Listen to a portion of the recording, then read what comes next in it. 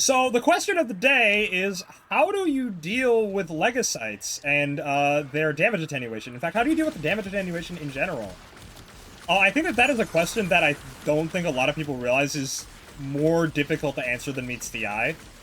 Because like I said, oh, you could just reduce it, but like that's not really answering the problem, because again, you would have to intermittently fix it for every single, instance of damage attenuation.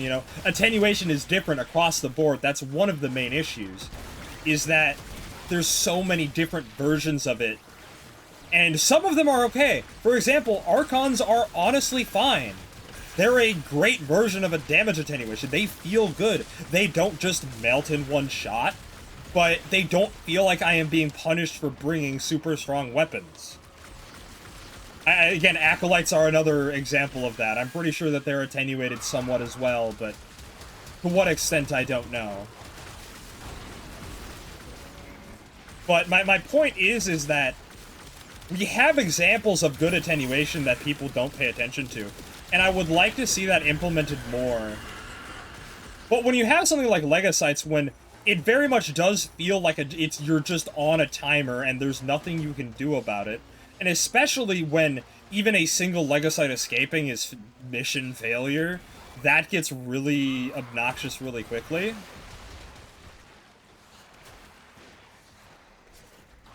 But how do you solve the problem for the places where it is problematic? Because I think that Legocytes are probably one of the most egregious examples I can think of off the top of my head. The tank and the,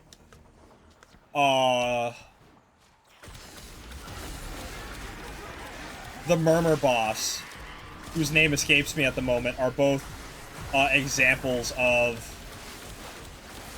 really bad attenuation.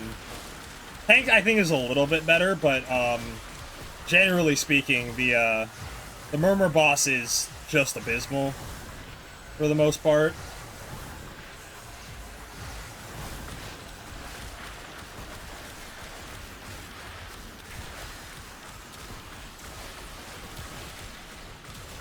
And it's not as simple as to say, oh, just apply how it is on Archons to other bosses, because I don't really think that that solves the issue. I think that these fights need to be structured in a specific way to make it so that they feel like they have substance, and you can't just stomp through them, but also don't feel like they ignore your gear in a way. The answer needs to be something that still rewards your gear while still not making the fight extremely trivial and lasting 2 seconds.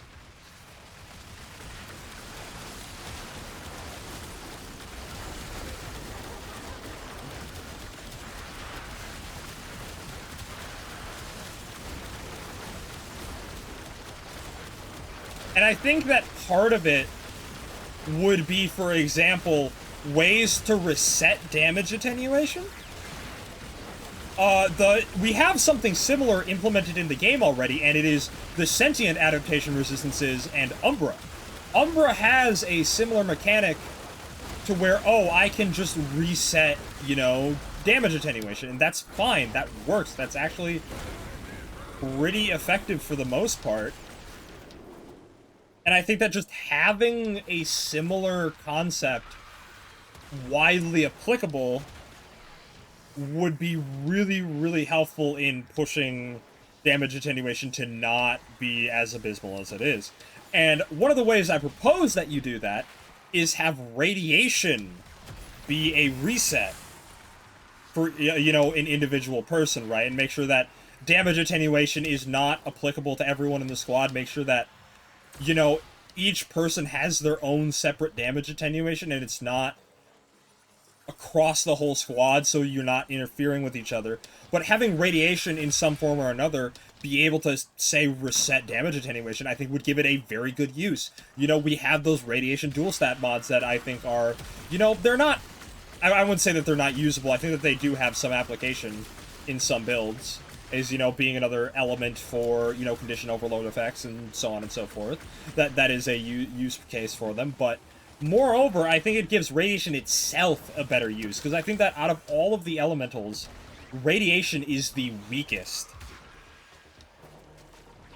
And I was never really fond of that, because if you look at it in a vacuum, if I inflict a radiation status on an enemy, and they're the only enemy, that radiation status effectively does nothing. There is nothing being done to that enemy by that radiation status. At the bare minimum, something like magnetic is at least, oh, if the enemy has shields or overguard, it makes it easier to affect those. And gives you benefits for doing so. But radiation only does extra damage in theory, or really does anything in theory, if the enemies are smart enough to hit each other.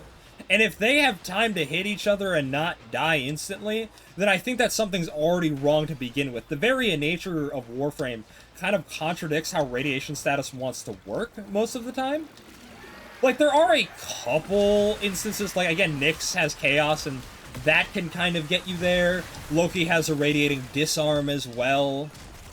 But generally speaking, radiation just doesn't really do much. And I think that giving it the ability to be, you know, the damage attenuation resetter would be a great use case for it.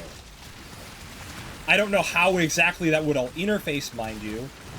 Like, either having a threshold of 10 radiation stats and then resetting gives it, you know, like, some amount of damage attenuation reduction. Kind of like an armor strip, maybe? Maybe having damage attenuation be visible? I think that that would help. Like, having, like, because damage attenuation does have some invisible meters going on that I think if they were visible would help a lot in making certain fights go faster.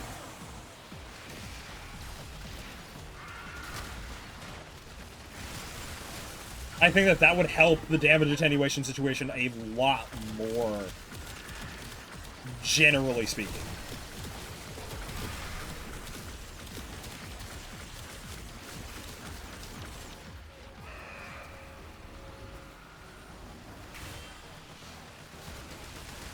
On the topic of radiation as well, I did say that it doesn't really have a use. That is kind of a lie. There is one use case that people don't really pay attention to, and I think that it is its most important feature, is that radiation doesn't necessarily just turn enemies to fight each other. It also disables synergistic abilities. So, for example, if you have a corrupted, you know, ancient, right, giving overguard to somebody, if you inflict that ancient with radiation, presumably, that would effectively leave its abilities null and void, meaning it can't give overguard to anyone else because it doesn't perceive any enemies as, you know, its teammates. So it can't do that.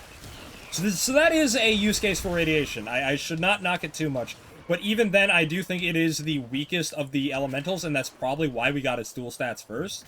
And why we only have magnetic and radiation fulfilling that slot, because I think that any others would be potentially problematic. Would it make rad mods busted? I don't think it would be. I just think that it would give them a use case.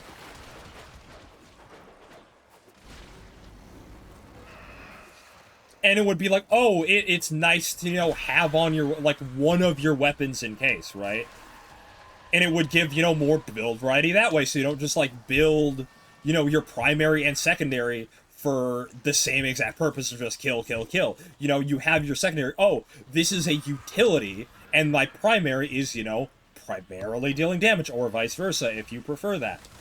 I think that that would inevitably lead to, you know, more interesting use cases, and I think that the idea of the tome mods as well would really, really, really help that. I really like the idea of tome mods, and I wish that they were applicable to a broader variety of weapons. Conceptually, like, oh, this weapon can regen my energy. Like, that would be so cool to just have that accessible on more weapons. Or, oh, if I hit a certain amount of enemies with this weapon, I get, you know, a power strength boost for, you know, 20 seconds or something. I would really like to see, you know, mods take up that space as well. I think that that would bring some variety to, you know, how we build both primaries and secondaries.